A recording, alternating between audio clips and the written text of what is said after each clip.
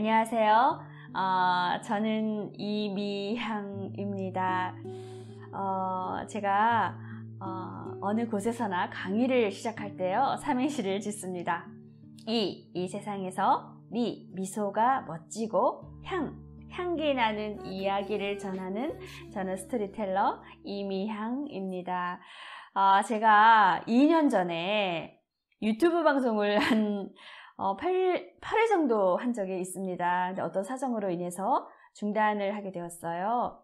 근데 얼마 전에 시각장애우인 저의 그 지인이 저와 이제 막 식사를 하고 또 이야기를 나누면서 여러 가지를 얘기를 하시는데, 제 강연을 너무너무 듣고 싶다.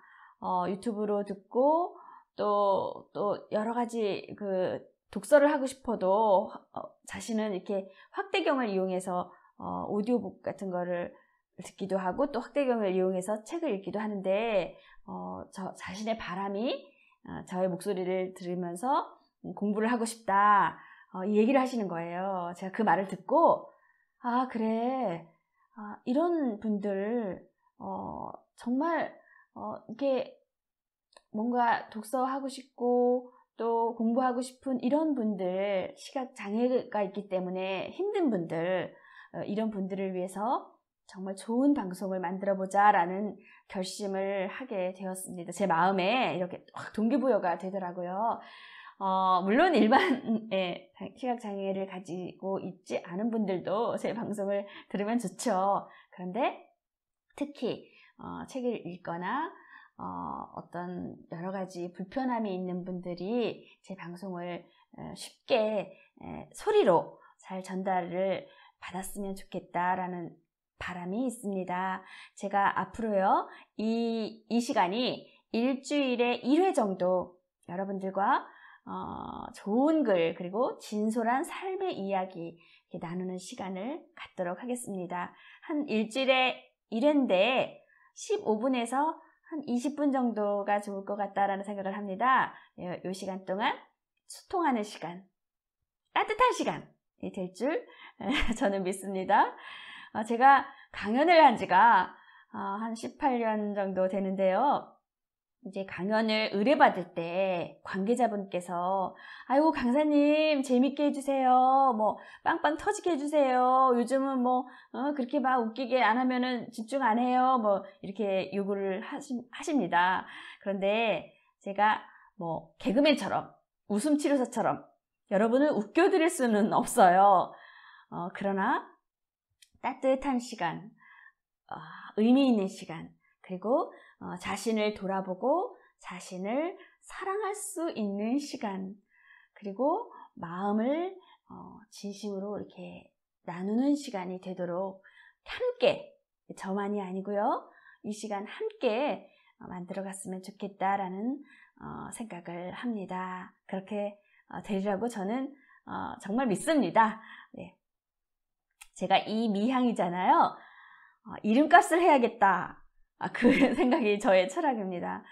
앞으로 여러분과 소통하면서 이름값을 제대로 하는 제가 되도록 최선을 다하겠습니다. 오늘 첫 회이잖아요. 오늘의 주제는 뭐냐면 이야기의 힘입니다. 이야기의 힘입니다. 제가 얼마 전에 이야기 처방전이라는 책을 출간을 했거든요. 네, 여기에 있는 내용, 이야기의 힘이라는 주제로 쓴 한 편을 낭독해 드리겠습니다. 한번 잘 들어주세요. 셰익스피어가 어느 날 식당에 들어갔다. 그 식당에 있던 많은 사람이 모여와서 셰익스피어에게 정중히 인사를 했다. 그 광경을 밖에서 보던 청소부가 빗자루를 든 채 땅이 꺼질 듯이 한숨을 내쉬었다. 셰익스피어가 그에게 물었다. 여보시오, 당신은 왜 그렇게 땅이 꺼질 듯 한숨을 쉽니까? 청소부가 대답했다. 나도 같은 남자인데 선생은 그렇게 존경의 대상이 되고 나는 이처럼 한 끼의 밥을 얻기 위해 온종일 이 마당을 쓸고 있으니 내 처지가 참으로 한심스러워 그럽니다.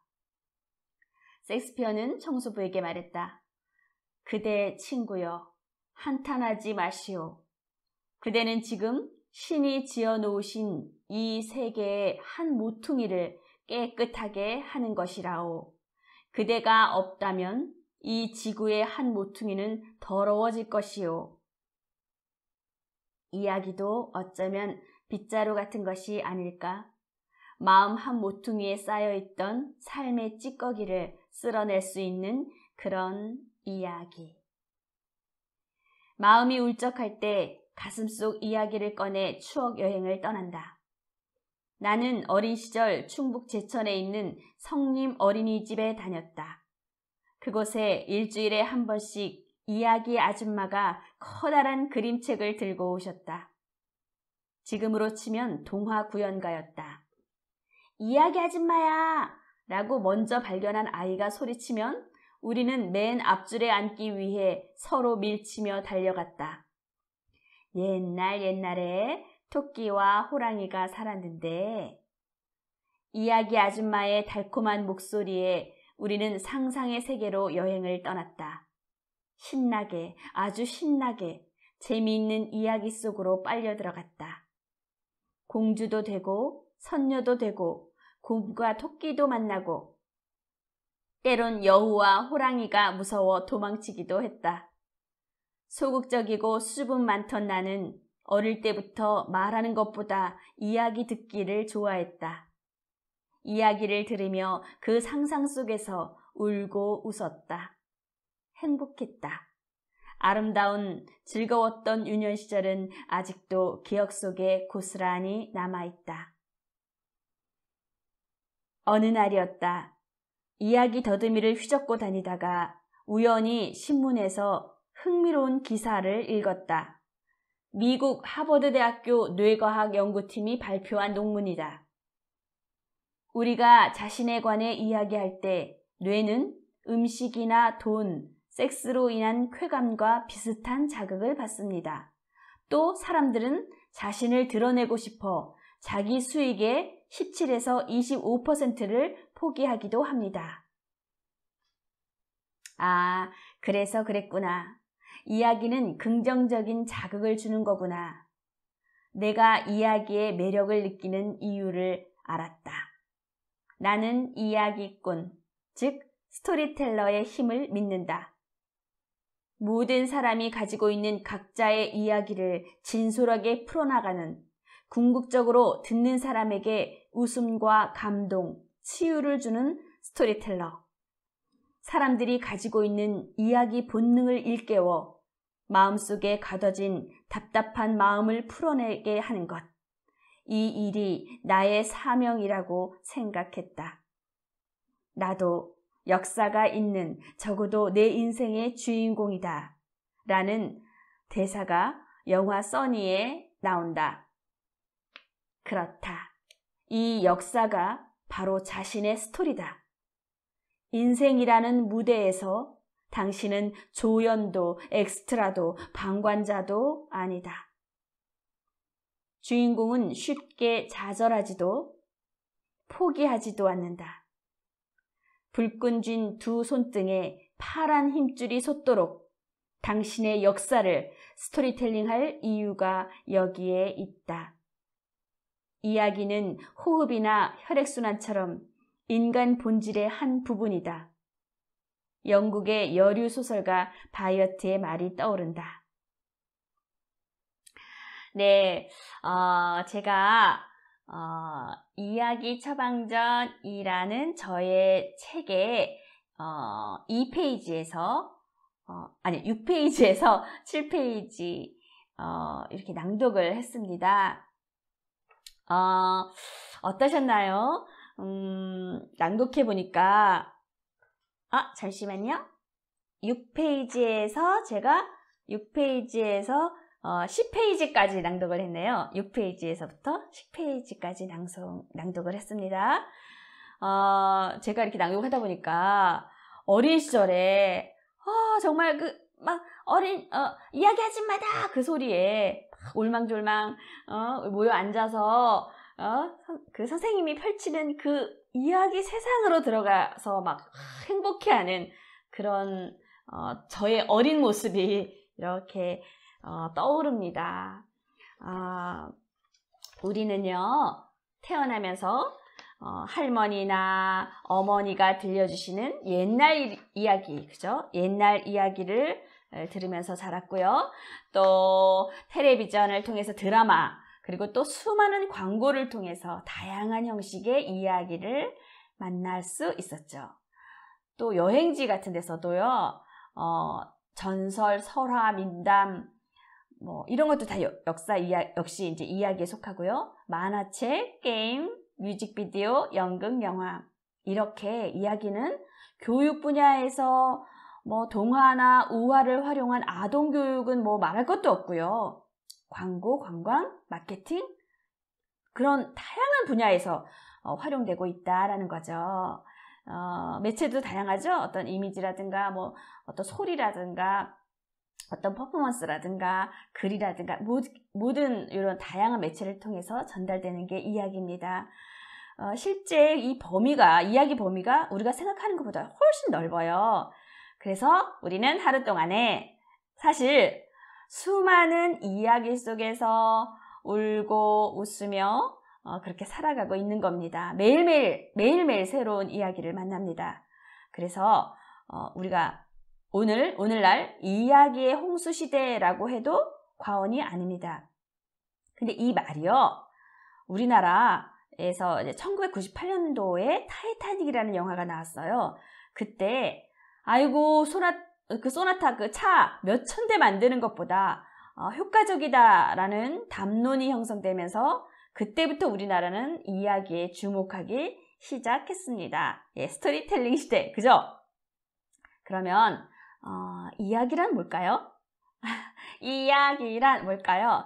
첫 번째는요, 올바른 뜻을 담았을 뿐만 아니라 처음과 가운데와 끝이 얽히면서 잇따라서 뚜렷한 졸가리를 이룬 말을 말합니다. 제가 졸가리라 그랬잖아요. 그러니까 막 이렇게 군더더기 다 떼어내고 골자, 그죠? 이런 졸가리를 이룬 말을 첫 번째 이야기라고 하고요. 그러니까 우리나라 옛날부터 어떤 사라지지 않게 하기 위해서 그림이나 글자로 시간과 공간을 뛰어넘으면서 알리고자 했던 거, 그런 것들이 다 모두 이야기입니다. 그리고 또 우리는 보통 인물, 사건, 배경 이런 결합으로 만들어낸 말이나 또 글의 덩어리를 뜻하기도 하죠. 이야기가요. 네, 첫 번째. 두 번째는 자신이 경험한 지난 일이나 마음속에 있는 생각을 남에게 일러주는 말을 말합니다. 네, 우리의 일상적인 삶의 이야기 있잖아요. 이런 것들을 일러주는 그런 이야기. 예, 우리요 두 가지로 나눌 수 있어요. 이거 다 어떤 문학적인 이야기나 어떤 삶의 이야기나 이 시간에는 많이 여러분이 만날 수 있을 겁니다. 네, 호모 나레스. 그러니까 이야기하는 호모가 사람이잖아요. 나레스. 이야기를 하는 사람, 호모 나레스. 그다음 호모 스토리언스. 이야기로 사고하고 행동하는 존재가 우리 인간입니다.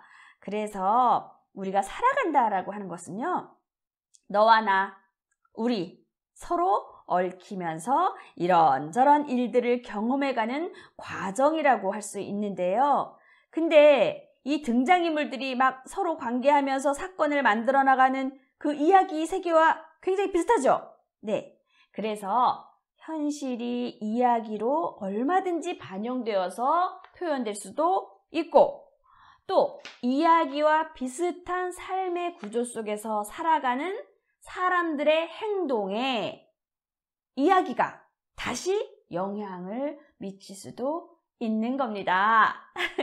네, 눈을 동그랗게 만들고 귀를 쫑긋하게 만들고 마음을 활짝 열게 만드는 어떤 언어에서든 가장 강력한 7개의 단어는 이것입니다. 자, 이제 제가 여러분에게 이야기 하나 해 줄게요. 자, 제가 여러분에게 이야기 하나 해 줄게요. 앞으로 다양한 이야기를 여러분에게 해 드리겠습니다.